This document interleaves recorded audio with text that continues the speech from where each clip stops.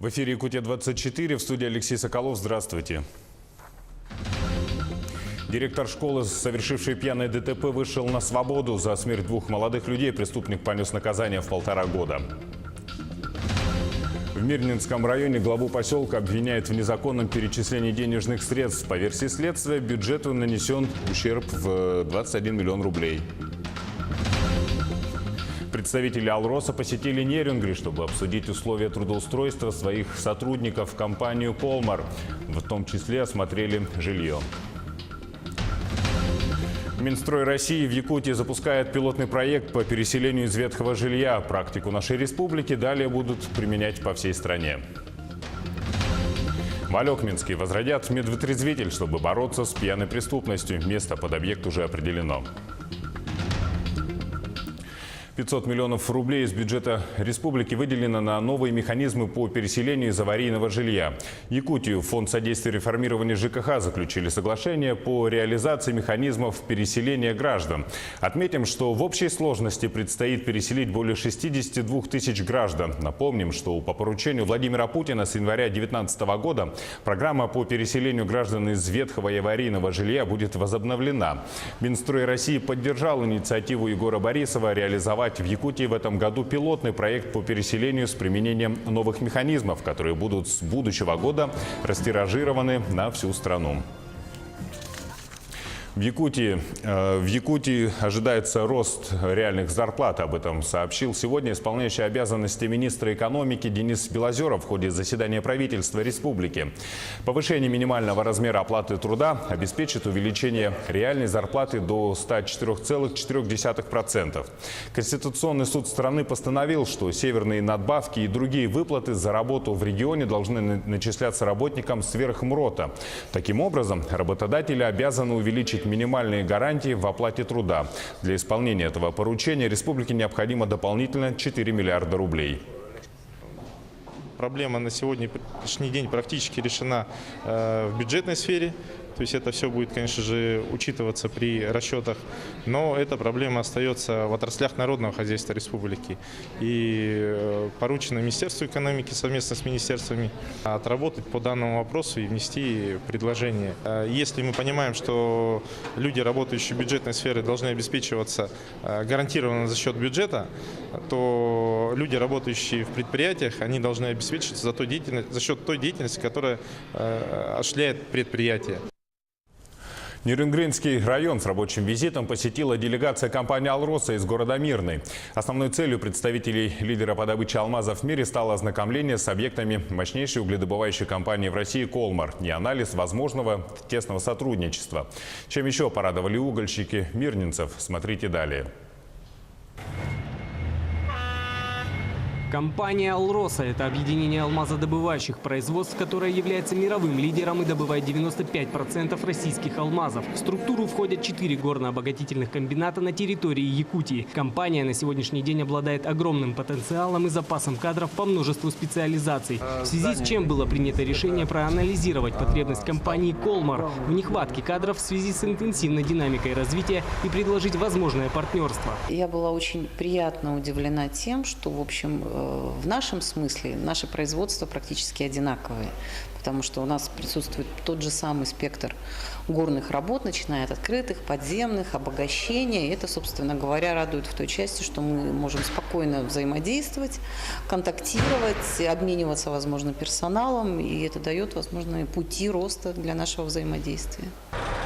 Имея в виду самый важный аспект жизнедеятельности любого человека, помимо трудоустройства, а именно наличие доступного и комфортного жилья, представителями компании «Алроса» в ходе визита также был проведен первоначальный анализ возможности заселения как в Нерюнгри, так и в поселке Чульман, а также на объектах компании «Колмар». Результаты оказались весьма положительными. Жилищный вопрос, который наиболее волнует там всех горняков, здесь поставлен, конечно, туда комплексно. Здесь компания «Колмар».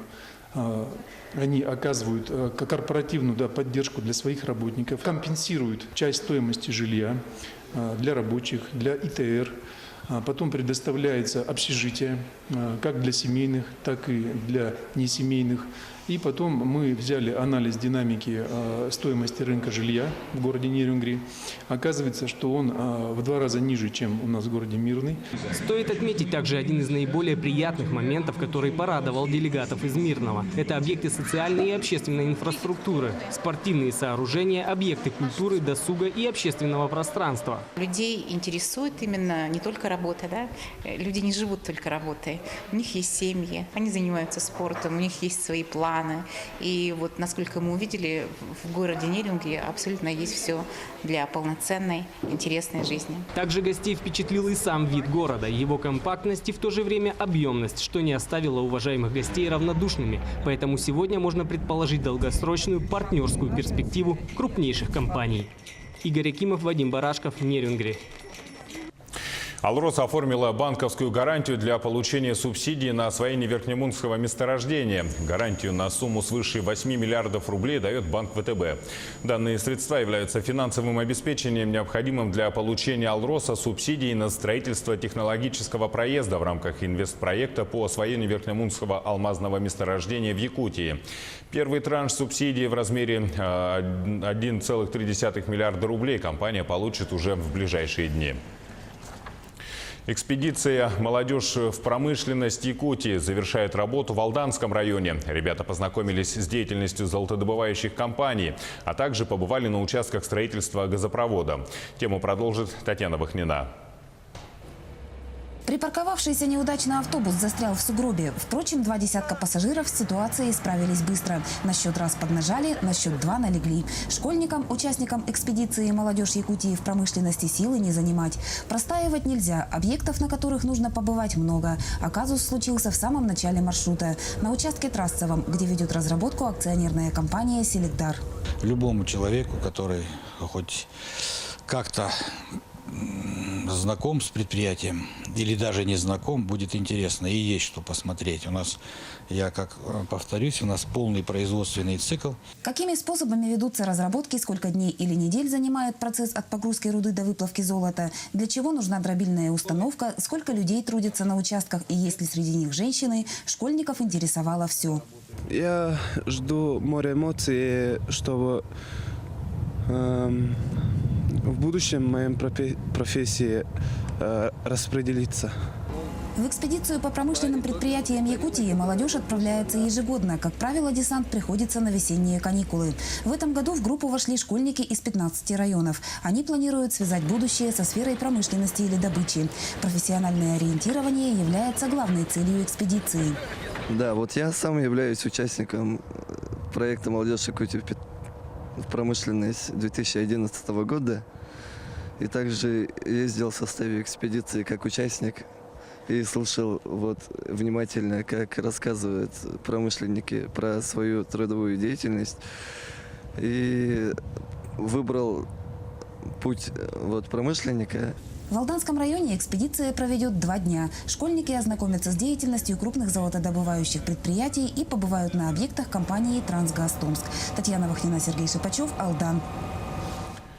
Иван Луцкан назначен министром по делам молодежи и семейной политики Якутии. Соответствующий указ подписал глава республики Егор Борисов сегодня. Интересно, что формальное назначение Борисов предварил информацией на своей странице в Инстаграм, где сообщил, что предложил Луцкану эту должность. Иван Луцкан показал себя не только как ответственный руководитель, умеющий добиваться поставленных целей, но и как активный общественный деятель, человек неравнодушный, творческий, способный сплачивать вокруг себя других людей, сообщил глава. Егор Афанасьевич напомнил также, что текущий год объявлен в России годом добровольца и волонтера. Это тоже во многом зона ответственности Министерства по делам молодежи и семейной политики.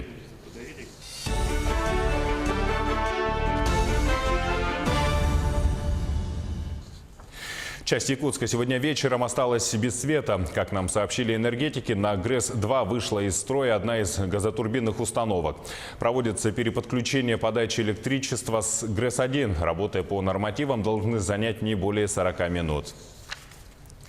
В Мирном завершили расследование уголовного дела в отношении главы поселка Чернышевский. Его обвиняют в незаконном перечислении денежных средств, в результате чего причинен особо крупный ущерб бюджету муниципалитета в 21 миллион рублей. Речь про жилой и многоквартирный дом, который так и не построили. Граждане расселены с приобретением жилья на вторичном рынке. При этом для расселения дополнительно потрачены муниципальные деньги в размере более чем 11 миллионов рублей. Следователь внес представление об устранении причин и условий преступления в адрес поселкового совета депутатов. Накануне дело направлено в суд для рассмотрения по существу. Директор школы Алексей Юрченко, который в Якутске совершил смертельное ДТП в состоянии алкогольного опьянения, сегодня вышел на свободу. Такое решение принял городской суд.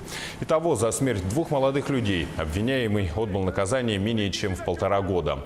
Напомним, бывший директор Кангаласской школы 22 августа 2016 года, управляя автомобилем в состоянии алкогольного опьянения, выехал на полосу встречного движения и лоб в лоб столкнулся с другим авто. Машину потерпевших буквально разорвало на части. Водитель и девушка-пассажир скончались до приезда врачей скорой помощи. Статья за данное преступление предусматривает лишение свободы до 9 лет. Однако суд первой инстанции назначил Юрченко наказание в виде лишения свободы сроком 5 лет 6 месяцев в колонии поселения. Позже приговор был обжалован, и в начале 2017 года Верховный суд республики сократил наказание Алексея Юрченко до 3 лет и 11 месяцев. И сегодня Якутский городской суд вынес решение об условно-досрочном освобождении. Мотивация суда – хорошее поведение преступника. Профилактику в сфере правонарушений дополнят медвытрезвители. В Алекминске предложили восстановить работу таких учреждений. Тему продолжит Елена Фаст. Возродить вытрезвитель. С такой инициативой выступила прокуратура Алекминского района. Решение не спонтанное. Проведенный анализ убедительно доказывает, эта структура позволит эффективно предотвратить ряд серьезных правонарушений, совершаемых в большей части именно в состоянии алкогольного опьянения. На постоянной основе анализируем состояние преступности, динамику, вообще куда преступления движутся, состояние, уровень здравоохранения населения, его качество и работу этих органов, двух ведомств основных. И чувствуем, что проблема, которая на сегодняшний день складывается на территории Алекминского района и города Алекминска, она, безусловно, заходит в такую ситуацию, когда нам нужно принимать дополнительные меры наряду с прямыми формами профилактики правонарушений и преступлений. Как раз таки создание медицинского вытрезвителя, безусловно, будет способствовать, во-первых, спасению лиц, которые попросту оказались в состоянии алкогольного опьянения и могут либо замерзнуть на улице, либо вляпаться в какую-то неприятность. А вот основные цели медицинского вытрезвителя, они на сегодняшний день должны существовать на территории Алекминского района, на базе города Алекминска. Инициатива поддержана на всех уровнях. На рабочем совещании предварительно обговорены предполагаемое место и те лица, которые будут задействованы при обслуживании. Со своей стороны главный врач Алекминской больницы готова делом поддержать инициативу. Свидетельств, говорящих в пользу планируемого вытрезвителя, достаточно. Мы до минимума должны сократить тоже смертность от внешних причин. На сегодня по Алекминскому району смертность от внешних причин, к сожалению, занимает 2-е место. И в том числе смертность от алкогольного отравления. Не говоря о том, что и мы теряем людей уже от отморожения, от утопления. Это все происходит 80% в состоянии алкогольного опьянения. В ближайшее время будут проработаны механизмы, позволяющие довести идею до логического завершения. Аналогичный опыт есть в ряде субъектов Российской Федерации. Есть и опыт, который был накоплен до закрытия структуры. Елена Фаст, Максим Копылов, Алекминск. Административное дело на ГУП ЖКХ и его гендиректора за непроведение расчетов по запасам топлива для котельных. Прокуратура республики провела проверку соблюдения законодательства о теплоснабжении. Установлено, что предприятие ЖКХ не произвело расчеты объемов топлива для 721 котельной, что повлекло за собой угрозу нарушения прав потребителей. Кроме того, не были рассчитаны объемы неснижаемого запаса энергии для котельных, в которые завоз осуществляется круглогодично. Накануне в Алдане сошедший с крыши снег оборвал провода. Это привело к короткому замыканию. Электроснабжение восстановили спустя 3 часа, а интернет-связь в зоне аварии появилась только сегодня. В результате скачка напряжения у десятков жителей пришли в негодность электроприборы, а ремонтная мастерская сгорела дотла. Она располагалась в пристрое торгового центра. Оперативное реагирование сотрудников МЧС спасло торговый центр от возгорания. Однако в результате задымления многие товары оказались испорчены. Короткое замыкание у энергетиков произошло возле подстанции. Ноль отгорел, и все, и пошло сюда. Ну, видать, кабель замкнул, было замыкание, и все. И воспламенилась вся мастерская. Сильный порывистый ветер в Западной Якутии стал сегодня причиной повреждения линии электропередач. В Ленском районе он достигал скорости до 23 метров в секунду. Под временные ограничения попали часть потребителей Ленска, а также ряд населенных пунктов Алекминского энергорайона. Согласно прогнозу республиканских синоптиков, 30 марта в Ленском, Алекминском, а также в Вилюйском, Верхневилюйском, Сунтарском, Нюрбинском, Кобяйском и Мирнинском районах ожидается понижение температуры на 10-15 градусов. В Вилюйской группе районов ночью ветер усилится до 20 метров в секунду. В Намском, Хангаласском, Горном, Мегино-Кангаласском, Татинском, Чурапчинском, Усть-Алданском, Амгинском районах и в Якутске ожидается усиление ветра до 17 метров в секунду. В Алданском и Нерингринском районах порывы до 18 метров в секунду. В Нерингри за первый квартал этого года зарегистрировано 2 случая микроспории. По данным проводимого мониторинга, за последние 3 года было зарегистрировано 7 случаев чесотки, 45 случаев микроспории и 64 случая педикулеза. Об этом сообщает районный Роспотребнадзор. Основной контингент заболевших – дети и подростки. Специалисты напоминают, строгое соблюдение правил личной гигиены – хорошая профилактика заразных кожных заболеваний. Но сейчас короткая реклама и смотрите далее. В Ленском районе новое пожарное депо. Вместо здания из бруса современный двухэтажный объект. Новации в медицине. Современный аппарат, который интегрирует информацию о пациенте во время операции, получили якутские врачи. Осталось 2 дня до розыгрыша «Весна на НВК», а значит, зрители снова ждут призы и подарки от нашей телерадиокомпании. В эфире «Якутия-24», и мы продолжаем наш выпуск. В новом перинатальном центре Якутска будут выдавать свидетельства о рождении ребенка. Республиканская больница, управление ЗАГС и общественное движение «Матери России» подписали соглашение о сотрудничестве. Документ направлен на укрепление семейной и демографической политики, рассказывает Саргалана Федорова. Первый документ новорожденный сможет получать при выписке из перинатального центра. Эту услугу предусматривает подписанное соглашение. Родители сэкономят время от походов в ЗАГС. Этот центр является не только для жителей молодых мам столицы республики, да, это для всей республики. Поэтому для вылета потом, если из северов приедут, из других районов, лусов нашей республики приедут, то для того, чтобы с ребенком вылететь, надо, чтобы у ребенка была уже государственная регистрация рождения, чтобы это полноценный гражданин был. Процедура получения свидетельства о рождении несложная. Родители собирают необходимые документы и передают его сотрудникам центра. Важное условие для получения документа – официально зарегистрированный брак. И, конечно же, родители заранее должны определиться с именем ребенка. Мы придем в определенное время, у них соберем эти документы, потом оформим у себя в ЗАГСе и придем уже с готовыми документами. Тесную связь мамы и малыша поддерживает грудное вскармливание. ЗАГС, перинатальный центр и Общество Матери России договорились пропагандировать кормление грудью. С молодыми мамами будут беседовать врачи. Дети, рожденные в перинатальном центре, после родов сразу переводятся в палаты совместного пребывания мать и дитя. И до выписки находится исключительно на грудном вскармливании. В последующем до 6 месяцев дети должны находиться только на грудном вскармливании и продолжать кормить грудью до 2 лет. В соглашении прописаны и торжественные выписки новорожденных.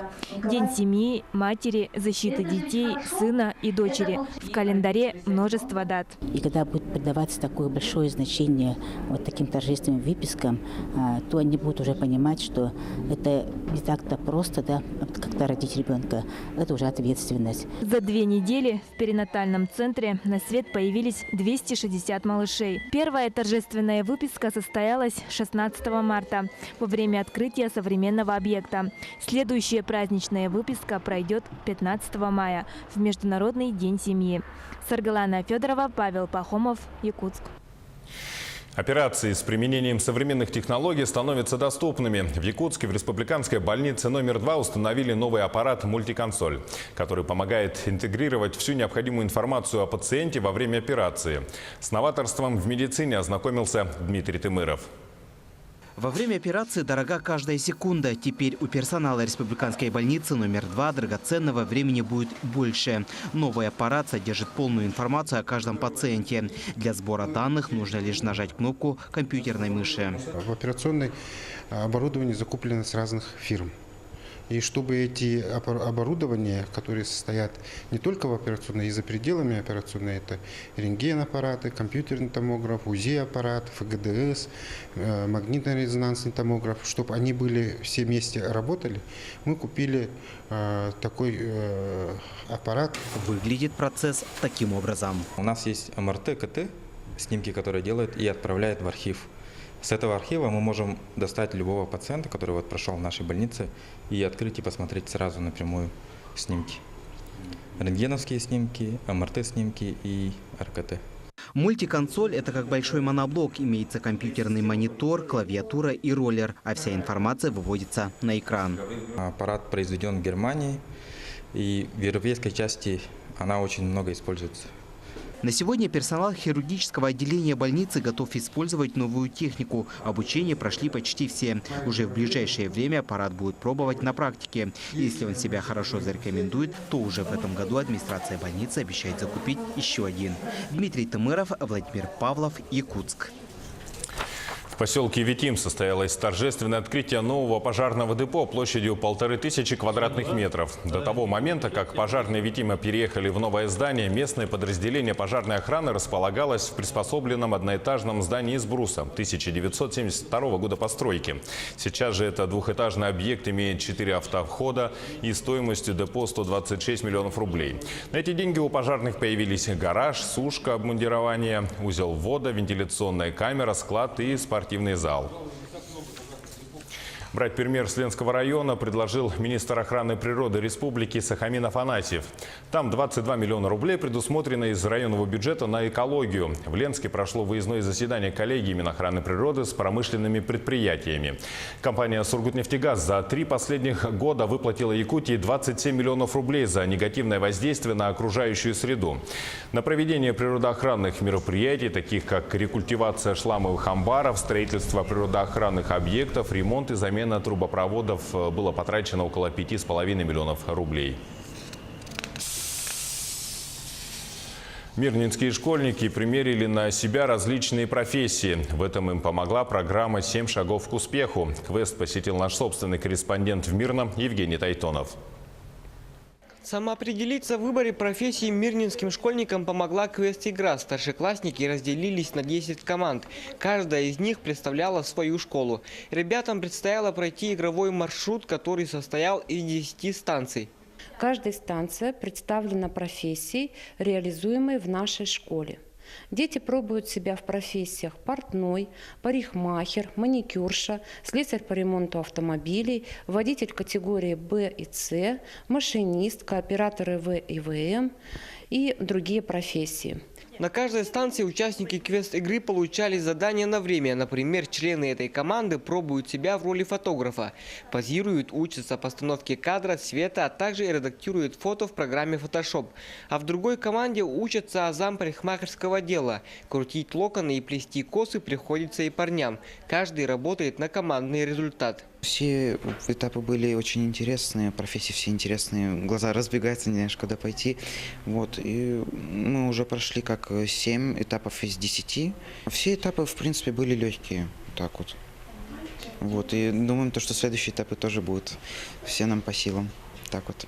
Возможно, во время игры кто-то уже прикоснулся к будущей профессии. Эта игра не только профориентация, но и работа на командный дух. Если в начале квеста ребята действовали отдельно, то к концу игры команды работали как единое целое. Евгений Тайтонов, Марьяна Кутукова, Мирный. Бесплатный прокат лыж для бабушек и дедушек. В Мирном провели день открытых дверей для пожилых. Пенсионерам не только предоставили инвентарь, но и провели мастер-класс под руководством инструктора. Старшее поколение научили основам катания на лыжах. Несмотря на сильный ветер, пожилые мирнинцы катались с большим удовольствием и просто наслаждались моментом. Многие признались, что в последний раз вставали на лыжи в далекие школьные годы. После 50 лет сегодня встала на лыжи. Ну, маленько сперва трудновато было, а потом так охота, но дыхания не хватает. Ага. Если каждый день бы ходить, не остались бы от спортсменов, думаю. Пытались бы. Раньше учителя учили, тренеры учили, но сегодня как-то доходит до нас. Все как-то заново мы все это услышали, как будто. Всероссийский турнир по боксу класса «Б» памяти заслуженного тренера России собрал в столице Южной Якутии 110 спортсменов из 7 регионов страны. В спортивном комплексе «Шахтер» в Нерюнгри состоялось открытие соревнований и первые поединки.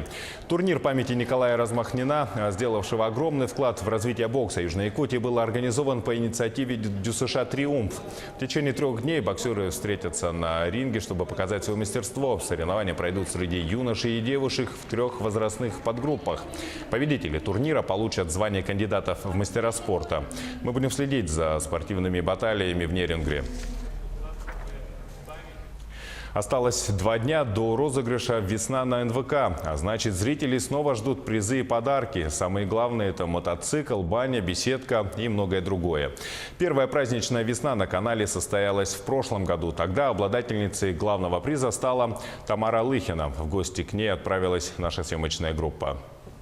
Победительница прошлого сезона «Весна» на НВК, выигравшая сруб дома, уже построила его у себя на даче и планирует летом сюда въехать со своей семьей. Ровно год назад Тамара Лыхина пошла со своей дочерью на мероприятие «Весна» на НВК. Отстояв длинную очередь, ей достался один из последних браслетов. Вечером, когда после праздничного концерта они вернулись домой, ей позвонили. Я уже про это забыла. Вечером уже 7-8, наверное, или 6-7 звонок. Ну, там просто же имя писали. Звонят: вы Тамара? Я: да, я Тамара. Мы с НВК «Саха». Вы, говорит, суперприз. Я говорю: я не может быть. Мне аж плохо стало, потому что как-то 1 апреля, думаю, может, розыгрыш, действительно. Потом нет, правда.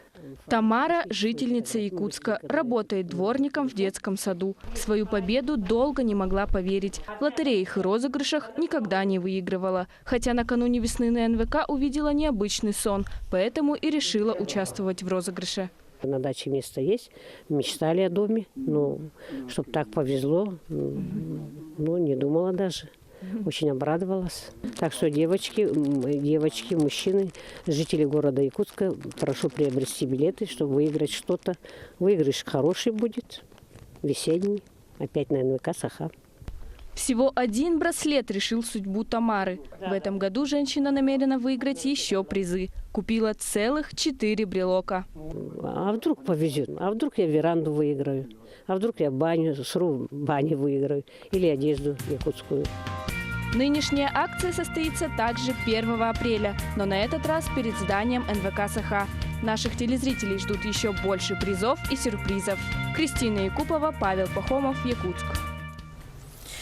Якутия-24 следит за развитием событий. Оставайтесь с нами на нашем телеканале. Удачи вам!